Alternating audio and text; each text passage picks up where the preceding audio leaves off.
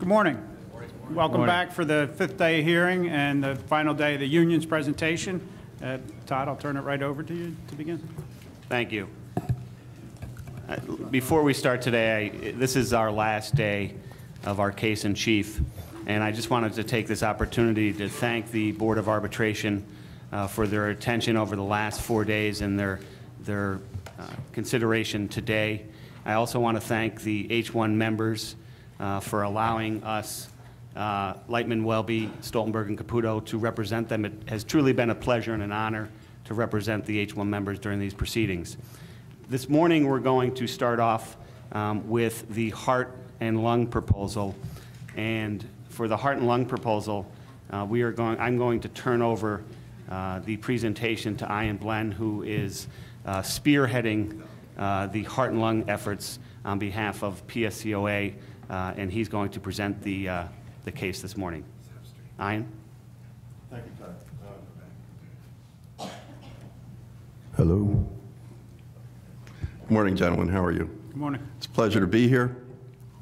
We're going to talk this morning a little bit about heart and lung procedures. I don't know how familiar the panel is with respect to heart and lung itself, and excuse me if I'm telling you things that undoubtedly you already know, but heart and lung is a specialized form of workers' compensation, if you will, which is generally only available to firefighters and law enforcement personnel, including corrections officers. Heart and lung benefits are available to people who are temporarily disabled from doing their jobs as a result of an injury that grows out of the performance of their duty. Move your mic back just a little, you say. Sure. How's that? Is that better? Okay. We have a number of witnesses who will discuss the problems that we have been running into in adjudicating heart and lung matters.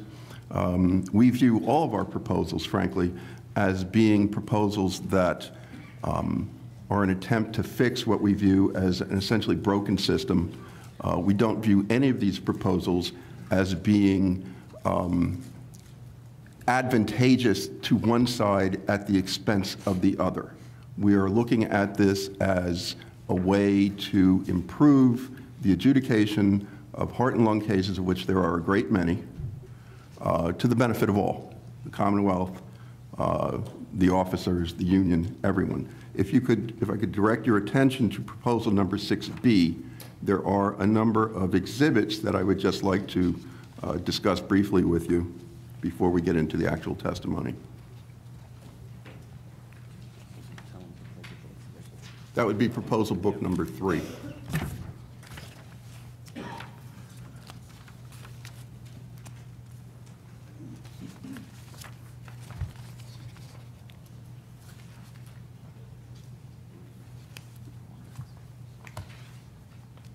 So at proposal number 6B, we have a number of very specific proposals which we feel would go a long way towards fixing the heart and lung system, and we will have witnesses to discuss these. The second page is the current contract language. Then there's an index. Then there is a chart of backlogs of heart and lung cases, which Executive Board member Ralph Tressler will discuss. After that, there's an exchange of emails between myself and Robin Lewis, who is the Deputy Chief Counsel for Employment Litigation for the department. And if you look at my email, which begins at the bottom of the page and goes over to the second page, you'll see that I am pointing out to Ms. Lewis the fact that certain cases were scheduled with barely a few days' notice to be heard. And my saying, look, we cannot operate in this fashion. This is not a professional way to operate. You can't tell me on Friday that we're going to be hearing such and such a case on Wednesday. That just does not happen. And then the interesting and the important part of this exchange is not so much what I'm saying, but what Ms. Lewis is saying in her email, which is on the first page in the bolded section at the bottom, where she says that they think that there should be a minimum of 30 days notice before a case is listed, which is exactly one of our proposals. that is not happening. We think that it ought to be codified, and we think that that would be a really important way of avoiding this last-minute scramble that we sometimes have to deal with in terms of Excuse me. scheduling cases. Has prior to this interest arbitration beginning, did the union seek to enter into negotiations on these proposals? I mean, this seems like something that could and should have been worked out and not waste the panel's time in an interest arbitration. Well, let me tell you, we have discussed it. We do have the letter from Ms. Lewis saying that that's what they want to do. Were there formal negotiations There were negotiations. towards a contract here? Yes. When? I'm sorry? When? I don't have the date, sir. Okay. The reason that it's important to bring it to the panel's attention is to codify it so that we don't go backwards at any point. If we have an agreement that this is how we're going to do something, that's fine. Let's put it in the contract, and let's make sure it stays that way. You are aware the contracts can be agreed to without going to the panel to issue something? Well, we did the best we could. Okay. The next article I'd like to show you, the next exhibit that I'd like to bring your attention to, is a document which we obtained from SCI Graterford, which is essentially, this is the one that says confidential SCI Graterford, a strategic and procedural approach to containing heart and lung related costs. Is it one of the tabs here? Yes, this would be tab number 3. Thanks.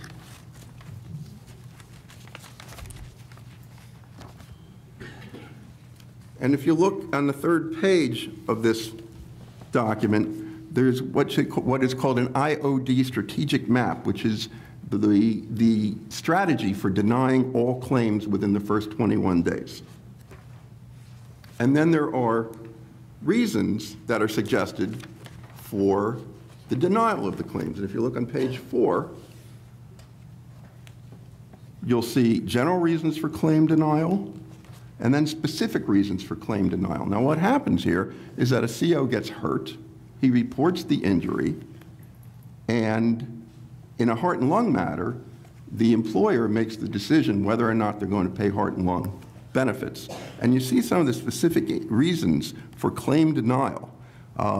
The mechanism involved is not likely to cause the injury or level of injury reported. Well, they do that with no doctor's report, so they have absolutely no competence to make that decision. The injury appears relatively minor or involves only soft tissue. Many injuries involve only soft tissue and can be quite serious. No obvious signs of injury. Beware, it says. Beware of back injuries. Why should we beware of back injuries? Back injuries are serious. Back injuries are painful. Back injuries happen all the time.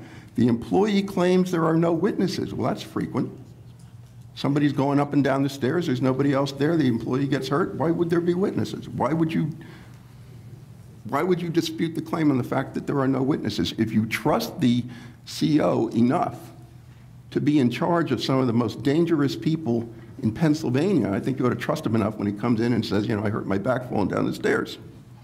Leave balance exhausted. This is a frequent defense on the part of the department, that the person is faking the injury, is saying that the injury is work-related because they have no leave balance and maybe they hurt themselves someplace else and they want to be able to take off work because of the injury and still get paid for it. It's a frequent defense, never proved. A new or probationary employee, so what? The employee has personal problems outside of work. Why is that a basis to deny an injury? The employee is disgruntled. The employee has hired an attorney very early in the claim process. You know, these are not legitimate reasons to deny a heart and lung claim. All right. And you gentlemen will be able to look at all these on your own. Then there are 2 cases which we will be discussing at greater length later. One is the case of the claimant Tammy Santarelli. The other is the case of the claimant Michael Pritchard.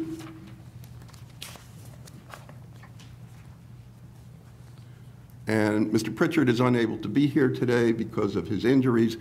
We do have Ms. Santarelli here, who will be able to discuss what happened in her case, which is, I think, going to be of significant interest. Now, if we can actually go to the proposals, I'll ask you to turn back to 6B.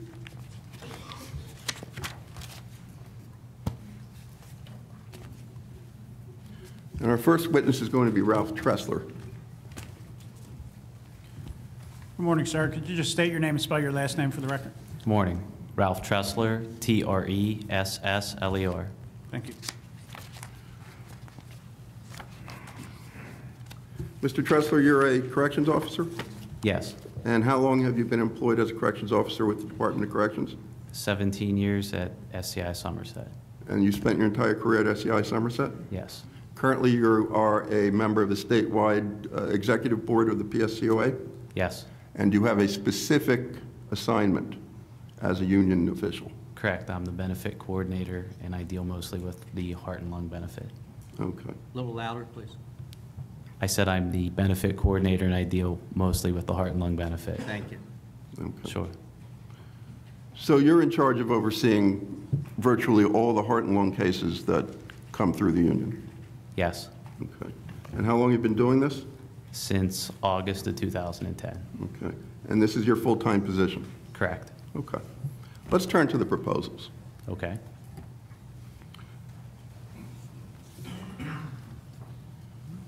And the first proposal is for a permanent panel of 4 arbitrators. Can you Yes. tell us what is the current situation, why we're looking for additional arbitrators, what this would do for the system? Up until about 2 months ago, we've had 2 arbitrators on the appeal panel, Ralph Kolflesh and William Trusky. Mr. Trusky recently retired. We currently have 3 arbitrators that we're dealing with. We have still have Ralph Kolflesh, Lynn Mounts, and we just recently negotiated with Frank Fisher. And Frank Fisher is someone who is recently coming on board? Yes, sir. Okay. So we've gone up to 3? Yes, and we're asking for 4. Okay. Okay, and what's the point of having 4? What happens then? Well, we have a pretty serious backlog. Since I've taken over as the benefit coordinator, I've had the opportunity to speak to the members, go through some case files, get the cases back from prior counsel, and also every month I get a docket from Mr. Ohl's office from Sharia Turner, and I kind of dissected the docket that I got year by year, breaking it down into how many appeals were filed for each year, how many arbitration cases are heard each year, and that gave me a general number for a backlog. It's an Okay. approximate number. Now, I see that we've got something up on the board there, Yes. on the display, and this is also the Heart and Lung Hearings Backlog Exhibit, gentlemen, that you'll see about 3 pages in from Proposal 6B. And Mr. Tressler, can you explain these numbers, what they mean? Yes. The docket that I got from Sharia goes back as far as June of 2006. And who is Sharia again? That's Mr. Ohl's, one of his clerical staff, I believe, over at OA. Okay. Anytime we file an appeal, it has to go through her to put on the docket, and the same with the department. So after crunching the numbers, from June to December of 2006, there were 86 appeals filed. There were 56 arbitration slots, leaving us a backlog of 30 cases. Moving along to 2007, do you want me to read through all these? Yeah, go ahead. Just explain how you got the numbers and what they mean. 2007, there were 104 appeals filed. We do 8 cases a month with 2 arbitrators, which adds up to 96 court slots for the year, leaving a backlog of 8 appeals. In 2008, we filed 92 appeals. We had 96 arbitration slots. We actually were 4 to the good that year. 2009, we filed